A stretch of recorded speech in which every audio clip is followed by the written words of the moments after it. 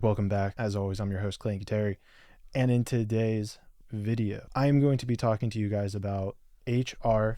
7521. I'm going to talk about this bill. I'm going to talk about why language is so important. I know you guys have been listening to me talking about the war on language, so this is going to highlight why language is so important. We're going to go through the bill. I'm going to talk about the main points that stick out to me. I'm going to make predictions for what might happen or what we should look for if this passes. And then I'm going to give you my opinion on all of this. And I'll tell you guys how, if I were in Congress, how I would vote on this bill. So right off the bat, let's just even look at the title, because so many people are calling this the TikTok ban bill. But if we dive into this, we'll see that it's not truly banning TikTok, which is very fascinating. So the short title of this bill, Protecting Americans from Foreign Adversary Controlled Applications Act. So the entire purpose of this bill is to protect Americans. That's their intention, from foreign adversaries. So the very first thing that I want to point out, and this comes back to why language is so important, is what defines a foreign adversary. Now, I've looked up what they classify as being foreign adversaries, and right now it's the likes of China, Russia, Cuba, North Korea, and I believe there was one more that I am missing right now at the top of my head. But where it gets more interesting is, how do we define what a foreign adversary is? Well, usually it's a combination of the State Department, the CIA, the Department of Defense. But what happens is all of these people are underneath the president. The president selects the heads of these positions as a part of his cabinet, or he appoints them in cases like the CIA. So first of all, the president is the one who's now has power over these positions, at least influential power over the people who run these positions of what defines a foreign adversary. And then on top of that, it says in this bill that the president also then has the action. So they need to be classified as a foreign adversary, one, and two is the president needs to be the one who takes action on these things. So therefore, this entire bill will give power to the executive branch, to the president, to fundamentally ban whatever they desire. They just need to get us to believe that whoever it is that has the app or service, because that was another big thing that's on the very first page of this, is that it's an act to protect national security, which we'll talk about later, of the United States from the threat posed by foreign adversary controlled applications such as TikTok, and any successor application or service, developed for or provided by ByteDance Ltd. or an entity under control of ByteDance Ltd. So I think that or service gives them even just a little bit more power. National security is another ambiguous term that it does not get defined very well, because if we look back, there was an Inventions Secrecy Act of 1951. And there was a list that was released in 1971 of the banned inventions that came out of it. Now, wouldn't you know, one of those banned inventions was solar panels. Solar panels that had an efficiency over 20%. So what does this mean, right? If you have a solar panel laying out and it's capturing sunlight, it means that the sunlight that hits that solar panel, the panel can only be 20% efficient of capturing that sunlight. So I'll let you guys ask yourself the question of, why would a solar panel of over 20% efficiency, because they have up to 80% efficiency, this was what got banned, why would that be a threat to national security? And even more so, once you're done answering that question, notice how we can just ambiguously define what is in terms of national security. So another thing, as just like an asterisk to flow and point to within this bill. Something also to take a note of as we go through this, and I'll get more in depth with this and why this is important, but TikTok is currently the most powerful social media platform overall. It's more powerful than TikTok is more powerful than Instagram and Facebook combined. TikTok holds about 26% market share, while Facebook is at 14% and Instagram's at 10%. So there's no doubt that this is the big player in the game. So what that means, though, is that this law, if passed, this act, Within 6 months, someone has to buy TikTok. That's the only option, or they get kicked out. So we'll talk about that again. We'll talk about that a little bit more as we keep going along with this. But I want to keep going, and I want to read actually section 2B at this point.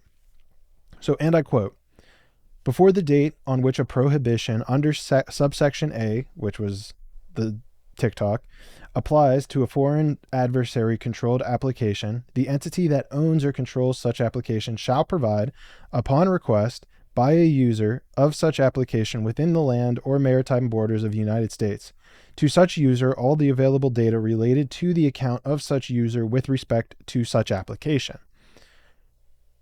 So what this essentially means is that if you request data from TikTok, whoever, they have to give you all the data that they have on you, which I'm sure is a tremendous amount, which I'll say this personally, I think that's good. But then the next question comes up is, how do you enforce all of this, right? What is their rules for enforcing?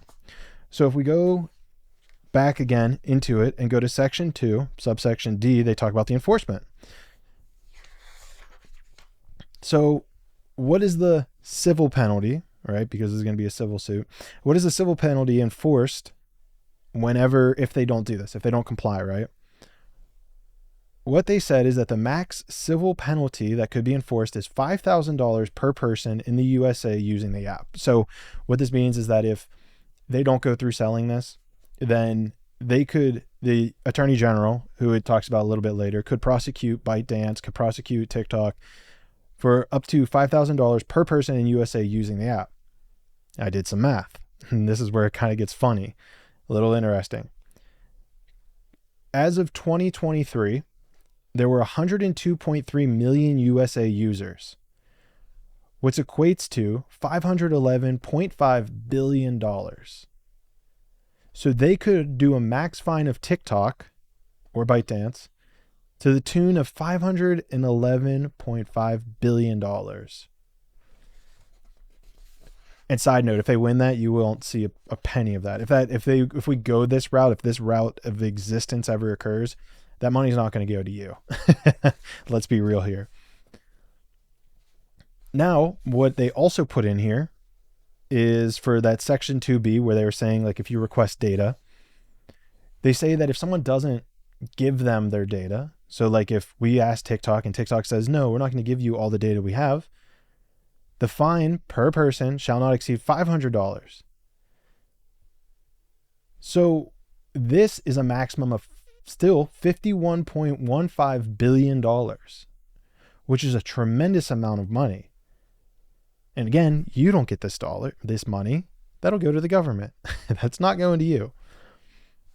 And where it gets even crazier is now if we put into perspective how much TikTok's actually worth, TikTok's brand is estimated at about $66 billion, and ByteDance, the parent company, is valued at $220 billion, which again is the 26% of the market share. I'll put that link below to the source.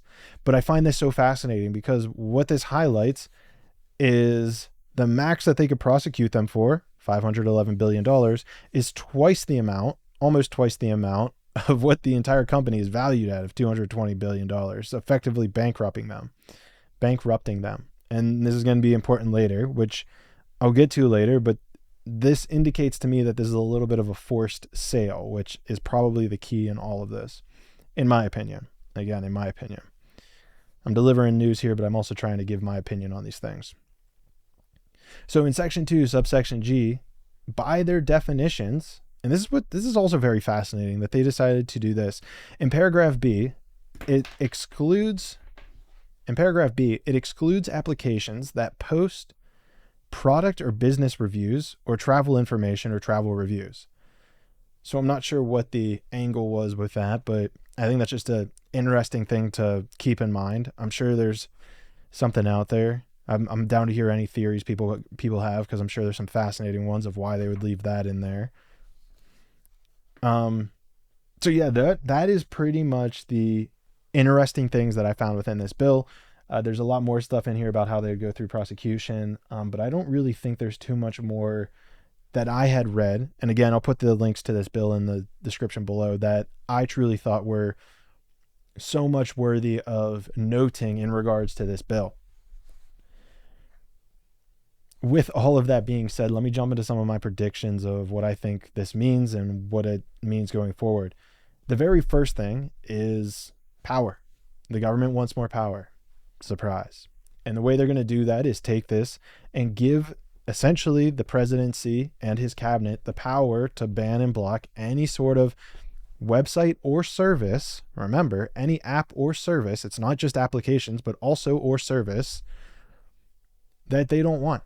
They find a way to deem it as a foreign adversary, and then they can just go after that company, which I don't think is good. I don't think it's a good idea that we put all that power into one person, one body of legislation. We have checks and balances for a reason. The other thing, a part of my predictions, I guess that wasn't a prediction, that's actually just what's going to happen. But a part of my prediction is, and in this bill, it talks about how they'll have 180 days to sell TikTok/ByteDance to somebody. But how many people? Not too many people have $66 billion laying around, which means it's going to have to be a conglomerate of people that come and buy this thing. And what that tells me is that there are going to be the likes of BlackRock, State Street, and Vanguard who are going to want to buy more of this app. They're going to buy up bigger chunks. And giving them our data is not a good idea for reasons that we'll talk about in a future podcast, because they own so much. Well, we'll talk about that in a future podcast. Let me not go down that rabbit hole. But also what this means is by having this forced sale within 180 days is their backs up against a wall. So they have to make the sale in 180 days, which gives power to the buyer. So if this is valued at $66 billion, the buyer, because there are not many people who can afford a $66 billion company, the buyer will have leverage, so much leverage. They know they have a 180-day ticking window. So they're not, I bet they don't even sell it. So this would go into my predictions. I bet they don't even sell it for $66 billion. Bet they get away. I'll be interested if they get half that for the price of this. So again, this would be 6 months after they put this into a law effectively. So whoever ends up buying TikTok is going to get a huge deal on it. And they're going to get all the data that they collected, which is also some of the most valuable stuff. And on top of that, that's probably why they put in the clause about if somebody within the United States asks for their data, you have to give it to them. Because I guarantee you, whoever buys this will be a non-foreign adversary, likely within the United States. And so they can just request it, and then they're forced to give it. To the tune of $51 billion is what they could be sued for not giving it to them. Which again, would put a huge dent in any company, of course, even a company that's valued at $220 billion. But if they have to sell their $66 billion puppy of TikTok, what does that drop it down to? Like 160 billion. Then you're going to let them with a $50 billion fine. You're destroying them. You're cutting them in half. So this would be very fascinating. I'd very much want to pay attention to this. I'd be interested, just from my perspective, like once this passed, if those predictions were to come true. So like, kind of be cool to see what happens there. Yeah. And then on top of that, if we're going back to predictions, again, all assuming this passes, I'd be very interested to see who buys it and then make some links between some political donations. Let's look at who's funding the politicians, and let's see who buys this, and let's see their links to politicians and the people who made this thing go through. Now, here's where I kind of go astray from this whole thing. Is their whole mission with this is to protect us from China. China's so big, so bad, we should be protected from them. And I completely agree with that sentiment at a core level. Well, then how come we're not passing any legislation to prohibit China from buying up all of our farmland? China's running out of control, buying up U.S. farmland, and yet there's no ban on that. Because if they have control of our food source, that'd be pretty bad, wouldn't it? So why are we not doing anything to prevent them from buying more farmland? That should seem like a pretty important act if we truly cared about Chinese influence over Americans. That's the biggest one that I've seen. I think there's a whole bunch of other issues in regards to China. But let's go back to the things that I think are really important, is that this is what's taking up all of our attention, is this bill. But in reality, I don't think that this is the biggest issue that we have as American citizens. We're worried about inflation. We're worried about the fact that we sent $120 billion to Ukraine to fund a proxy war that we initiated by expanding NATO, as Russia keeps saying, stop expanding NATO, stop expanding NATO, stop expanding NATO. And so we just kept expanding, and then now they're finally pushing back. Russia is pushing back against us, and we're like, oh, whoa, we're going to have a war now? So I think that's a better conversation to be having. I think immigration reform. Now, we need to find a way to reform and facilitate legal entry into this country. I think that's just, it seems to me as though that should just be common sense, because we'd be able to bolster more tax revenue from these people coming in and working legally. This would also help us pay off our national debt. We should be making it easier for tourists to come here and visit. So again, we can bring more money into our country and pay off our national debt, which is hit a new record high, of course. And so the burden in that regards keeps going. And on top of all of this, speaking of the border, how about ISIS and the Mexican cartels running the border, selling kids into sex slavery, essentially within America, increasing the whole problem that we tried so hard to get rid of? Thought we didn't want slavery in our country anymore. I'm all for that, but apparently the current administration's okay with just letting them come in, letting them to do heinous things to children in our country. That has to stop. Again, these are bigger issues than TikTok. And don't get me wrong, I think that the amount of data and the invasiveness of TikTok should be addressed. And again, I think that it would be a good idea, right? Where was it?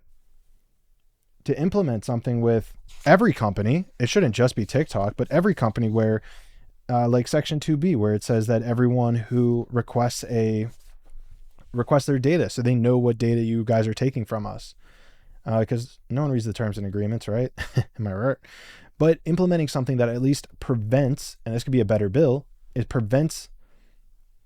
a bill that prevents the amount of data that certain websites, certain apps can actually control or take from the American people. I think that'd be a much better use of a bill to push forward. Now, with all this being said, I think the last question that we have to answer is, if Clayton was in Congress, Clayton Cuteri, Congressman Clayton Cuteri, representative of the 17th District, is in Congress, how does Clayton vote on this bill? Well, I've told you, I've kind of lumped in my opinion there with some of the facts.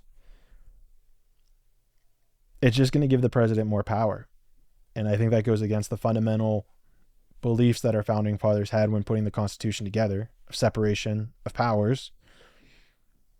I think that this is a whole smoke and mirror little game that they're playing here. Because if they truly cared about Americans, this would not be their first step. We'd be talking about local regenerative farming. We'd be talking about how can we truly make healthcare more affordable for Americans. But it seems to me that if Congress truly cared about Americans, this is kind of a side things. We'd be ordering them to sell their farmland to U.S. farmers. We'd be making restrictions on what data could be captured by these companies, by these social media companies. And again, what I truly believe is that this bill is about is a forced sale of the most powerful social media that currently exists, and to find it a new home with people who they truly want the money to go to. That's my true, honest opinion of this bill. So, with that being said, I would vote no on this bill. I believe that if Congress truly wanted to show they cared about the American people, we would protect our farmlands from foreign adversaries. That seems like a pretty big national security risk. We protect our military bases from foreign adversaries buying land near our military bases. That seems like a more important thing to look at.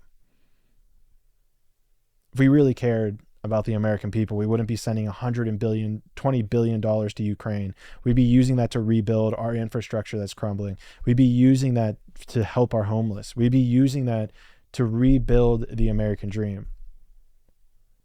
With all that being said, I hope you enjoyed this.